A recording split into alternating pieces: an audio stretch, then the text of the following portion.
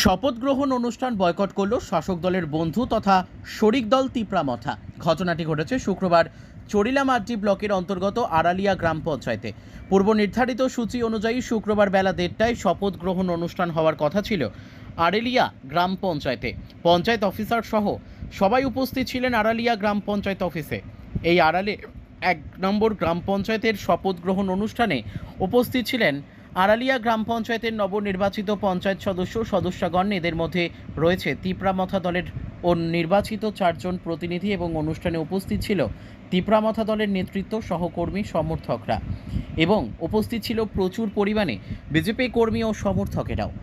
কিন্তু দুর্ভাগ্যের বিষয়, শাসকের শরিক হয়েও শাসক দলের বসার জন্য শপথ গ্রহণ অনুষ্ঠানে চেয়ার থাকলেও শাসকের শরিক তিপ্রামথা দলের পঞ্চায়েত প্রতিনিধি এবং কর্মী, সমর্থক ও নেতৃত্বদের জন্য বসার কোনো জায়গা ছিল না, যার ফলে ক্ষুব্ধ হয়ে তিপ্রামথা দলের চরিলাম ব্লক সভাপতি বুদ্ধ দেববর্মা সহ অন্যান্য সমস্ত কর্মী, সমর্থকরা এবং পঞ্চায়েতের নির্বাচিত তিপ্রামথা দলের প্রতিনিধিরাও শপথ গ্রহণ অনুষ্ঠান ছেড়ে বাইরে বেরিয়ে আসেন। এক কথায় তারা শপথ গ্রহণ অনুষ্ঠান বয়কট করেছেন বলে জানিয়েছেন তিপ্রামথা দলের ব্লক সভাপতি বুদ্ধ দেববর্মা।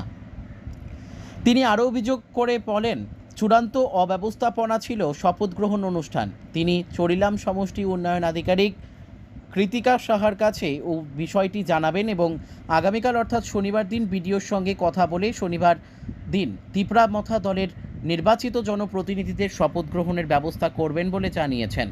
শপথ গ্রহণ অনুষ্ঠান শুরু থেকেই ছিল প্রধান উপপ্রধান এই সমস্ত বিষয় নিয়ে শাসকের মধ্যেই দ্বন্দ্ব, কিন্তু শরিক তিপ্রামথা দলের মধ্যে তেমন কোনো দ্বন্দ্ব না থাকলেও একমাত্র শপথ গ্রহণ অনুষ্ঠানে চূড়ান্ত অব্যবস্থাপনার জন্য শপথ গ্রহণ অনুষ্ঠান আড়ালিয়া গ্রাম পঞ্চায়েতে শুক্রবার বয়কট করল তিপ্রামথা দল।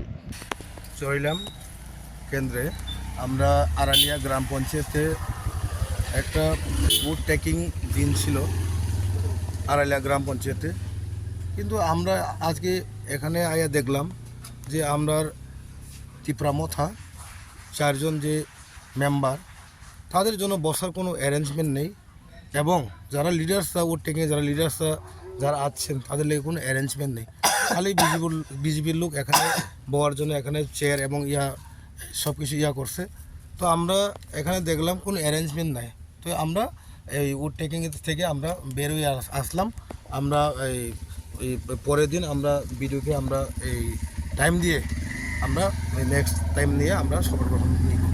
কিন্তু আমি একটা বলতে চাই যে এখানে যে এই বিডিও সাহেব যে অ্যারেঞ্জমেন্টটা যেভাবে অ্যারেঞ্জমেন্টটা করছে, কিন্তু এরভাবে অ্যারেঞ্জমেন্ট আমি কোনো দিনও আমার জীবনে শপথ গ্রহণ আমি দেখলাম না।